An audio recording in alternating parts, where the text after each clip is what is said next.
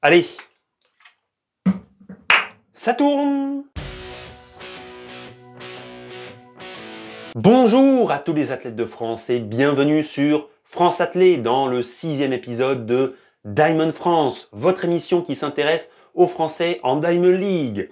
Alors, cet épisode, déjà, je le tourne en étant encore volontaire pour les championnats du monde de para-athlétisme qui se tiendront dans quelques jours au Stade Charletti. Et puis, il a été assez bizarre à préparer puisque il a énormément plu au Bauhaus Galan de Stockholm. Et du coup, les performances chronométriques, majoritairement, elles sont peu pertinentes à analyser. Mais ne vous en faites pas, on va quand même tirer quelques leçons du piteux spectacle que nous ont concocté les Bleus. Bon, je vous rassure, ça va être très rapide. Le 800 mètres. Bon, d'abord, il y a eu Gabriel Tual qui s'était fracturé la clavicule lors d'un stage en mars dernier et qui effectuait donc une reprise un peu plus tardive que la moyenne des athlètes internationaux. C'était donc sa deuxième course seulement de la saison estivale. Et ma foi, une 44,85 à 15 centièmes des minima pour les mondiaux de Budapest, c'est pas mal du tout comme reprise, hein. Bon, les minima, il va très probablement les atteindre d'ici quelques semaines, et on a hâte de voir la suite, hein. Et juste derrière lui, en 5e position, il y avait, en 1,45,43, Yanis Median. Alors, c'est tout simplement le 3e meilleur chrono de sa carrière, et c'est un athlète qu'on va voir de plus en plus ces prochaines années, je pense, car il est très bon et il est encore très jeune. C'est un espoir qui risque fort de nous surprendre, et j'espère de tout cœur qu'il sera le 4e Français à réaliser ces fameux minima pour les mondiaux de Budapest et qu'il participera d'une manière brillante. Et voilà, c'est terminé. Non, je rigole, on va passer à la longue liste de flops que j'ai ici. Prenez des notes. Et on commence avec Mélina Robert-Michon. Alors je suis déçu, elle avait réussi à casser la dynamique négative de ses dernières sorties avec un jet à 64 mètres lors des Europes par équipe. Et là, 58 mètres 25. Alors, je veux bien, il y a la circonstance atténuante de la pluie battante durant le concours, mais ça n'a pas empêché 5 des 10 candidates de passer la barre des 60 mètres. Donc, c'était pas quelque chose d'impossible. Et c'est de mon point de vue quelque chose qui est largement dans les cordes de Mélina Robert-Michon, même quand les conditions sont très très dures. C'est donc une véritable déception à mes yeux et j'espère que la machine va rapidement se relancer comme en Pologne. Le cas Renaud Lavillenie, parlons-en, il avait enfin réussi à lancer sa saison à Sopt en Pologne, ça ne s'invente pas, le 23 juin dernier avec un saut à 5,61 m.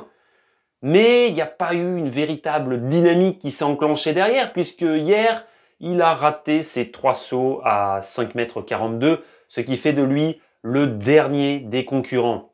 Alors, pour vous donner un ordre de grandeur, l'année dernière, à ce même Bauhaus Galan de Stockholm, il sautait déjà 5,83 m. Donc je pense qu'il y a sérieusement des raisons de s'inquiéter de cette méforme qui perdure pour Lavillenie qui est qualifiée pour les mondiaux, et ça, ce n'est pas bon pour nous et ce n'est pas bon pour lui. Un autre vétéran qui, à mon sens, fait peut-être la saison en trop, Jimmy Vico, sur 100 mètres, qui finit à une anecdotique dernière place, car il a fait du footing sur quasiment la moitié de la course à cause d'une douleur à l'ischio-jambier. Alors ça, c'est vraiment pas bon, puisque il ne reste plus qu'un mois pour faire les hypothétiques minima pour les mondiaux, qui sont à 10 secondes 00, et de mon point de vue, c'est fini. Il y a l'esprit qui a des objectifs, mais le corps ne semble plus vouloir suivre chez Jimmy Vico. On lui envoie évidemment toute notre force et on espère de tout cœur que ça va se rétablir. Mais les indicateurs ne sont clairement pas à l'optimisme. Sur le 100 mètres haies, il y avait hier soir Laetitia Bapté. Alors, Laetitia Bapté, à 24 ans, elle vit sa meilleure saison, puisque sur les 8 courses qu'elle a disputées, 7 sont dans le top 10 de sa carrière. Bon, sauf hier soir apparemment, puisqu'elle a fini dernière en 13,09.